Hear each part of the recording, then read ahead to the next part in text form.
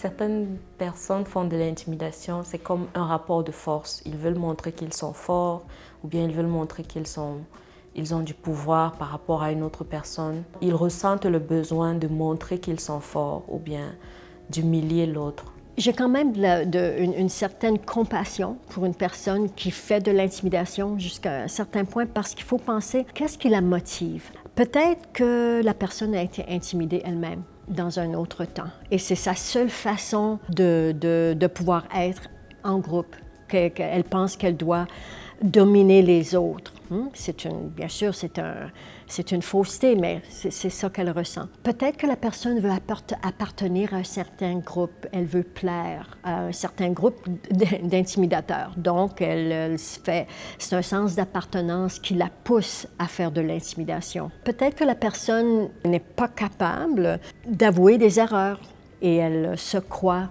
meilleure que tous les autres et elle va le démontrer en opprimant, en rendant tous les autres plus petits.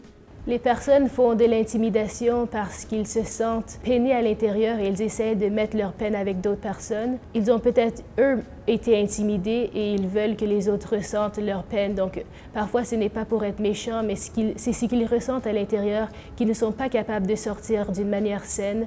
Des fois parce qu'ils sont jaloux ou parce qu'ils veulent comme te montrer qu'ils sont plus forts que toi. Et des fois, ils sont juste méchants.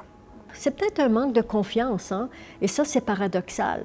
Imaginez quelqu'un qui a un manque de confiance, qui va prendre toute la place, qui va intimider les autres, parce qu'à l'intérieur d'elle, elle manque de confiance, elle ne se sent pas capable d'être juste authentique avec ce qu'elle est. Alors, elle doit être quelque chose d'autre.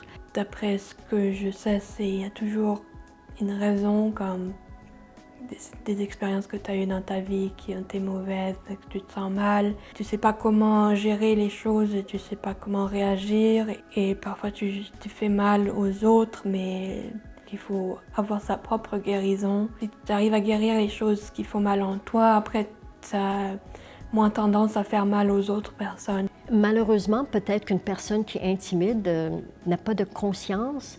Elle fait du tort à d'autres et ça ne semble pas la rejoindre psychologiquement. Donc, il y a plusieurs raisons qu'une personne intimide l'autre.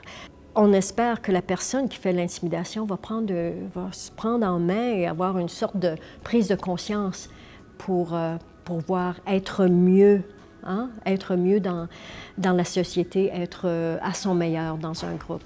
Personnellement, je pense qu'il faut toujours essayer de rattraper ces mauvais actes, même si c'est plus tard. Si tu as la possibilité d'avoir accès à cette personne, tu peux t'excuser, dire que c'était peut-être pas volontaire ou bien tu as posé un acte et puis tu voudrais te racheter. Je pense que c'est toujours mieux de demander pardon. Si j'ai fait de l'intimidation, je vais le savoir à travers le comportement changé de l'individu que j'ai intimidé. Je vais essayer de me rappeler de la situation en détail et me mettre à la perspective de l'individu que j'ai intimidé et comme ça, je serai capable à comprendre comment il se sent et comment s'excuser et régler le problème. Si tu es en train de faire l'intimidation là en ce moment et que tu sais que c'est de l'intimidation et que tu réalises et tu regrettes ce que tu fais, déjà tout de suite d'arrêter, de demander, de s'excuser, demander que la personne te pardonne. Après, si la personne ne te pardonne pas, ça c'est, y a rien que tu peux faire, il faut juste accepter, quoi. Tu peux pas forcer quelqu'un à te pardonner non plus. Mais je pense d'avoir une conversation. Si une personne reconnaît qu'elle a fait de l'intimidation, la première étape, ça serait de s'excuser. Donc, s'excuser aux victimes et plus tard, réfléchir aux actions qu'ils ont posées. Donc, réfléchir d'une manière personnelle et essayer de s'améliorer. Donc, avant de faire un commentaire, y penser 2 fois. Si on fait le choix d'aller chercher de l'aide pour arrêter d'être intimidateur, déjà, c'est la première étape cruciale.